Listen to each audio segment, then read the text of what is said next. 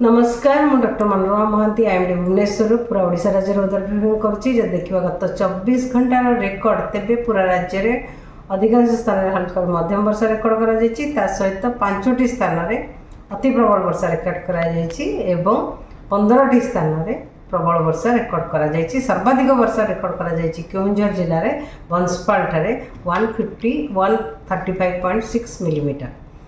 आज पर्यंत पूरा मनसून वर्षा प्रथम जून रु नहीं 16 अगस्त पर्यंत टोटाल वर्षा है राज्य में 953 मिलीमीटर, जहाँफल वर्तमान भी राज्य में 27% अधिका वर्षा रेकर्ड कर।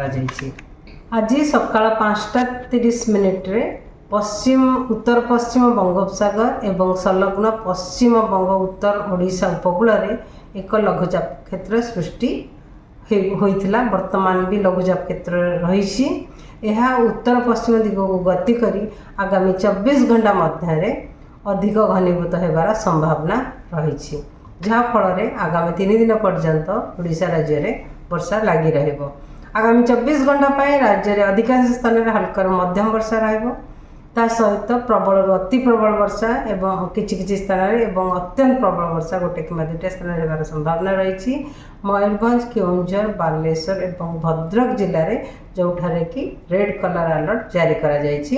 अलगा जिला गुड़िक जमीक सुंदरगढ़, झारसुगुड़ा, संबलपुर, देवगढ़, अनुगुल, ढेंकानाल, जाजपुर, केन्द्रापड़ा, जगतसिंहपुर, कटक, खोर्धा जिले में प्रबल अति प्रबल वर्षा होबार संभावना रही। सहित रायगढ़, सोनपुर, बौद्ध, नयागढ़, पुरी, गंजाम, कंधमाल, बलांगीर एवं नुआपड़ा जिले में गोटे कि 2टा स्थान में प्रबल वर्षा होबार संभावना रही। काली राज्य में अधिकांश स्थान में वर्षा रहा सहित वर्षा सहित प्रबल वर्षा प्रबल अति प्रबल वर्षा एवं अत्यंत प्रबल वर्षा गोटे कि 2टा स्थान में रही संभावना रही, जमीक मयूरभंज, बालेश्वर एवं केउंझर जिला।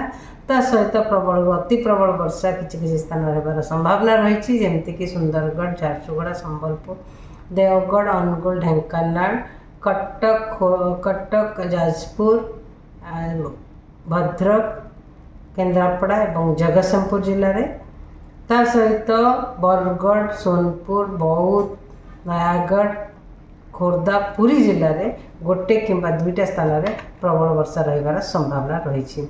18 तारिख में राज्य में अनेक स्थान में हल्का मध्यम वर्षा रहिबार संभावना रही। सहित प्रबल अति प्रबल वर्षा गोटे कि 2टा स्थान में होबार संभावना रही। मयूरभंज, केउंझर, सुंदरगढ़, झारसुगुड़ा, संबलपुर एवं बरगढ़ जिले में। सहित बालेश्वर, भद्रक, जाजपुर, ढेंकानाल, अनुगुल, बौद्ध, सोनपुर, बलांगीर, नुआपड़ा, कलाहांडी जिले में गोटे कि 2टा स्थान में प्रबल वर्षा रहिबार संभावना रही।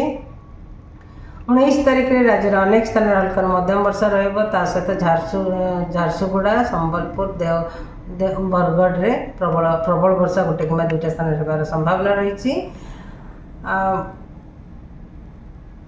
20 तारिख में राज्य में अनेक स्थान में हल्का मध्यम वर्षा रहा सहित मयूरभंज जिले में गोटे कि 2टा स्थान में प्रबल वर्षा होबार संभावना रही।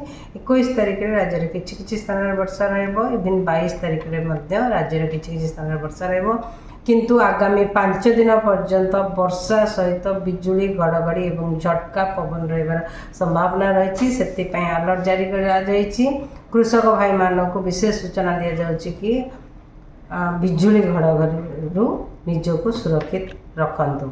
आगामी 3 दिन पर्यंत फिशरमैन वार्निंग जारी करा जायछि। मत्स्यजीवी मानक वार्निंग जारी करा जायछि।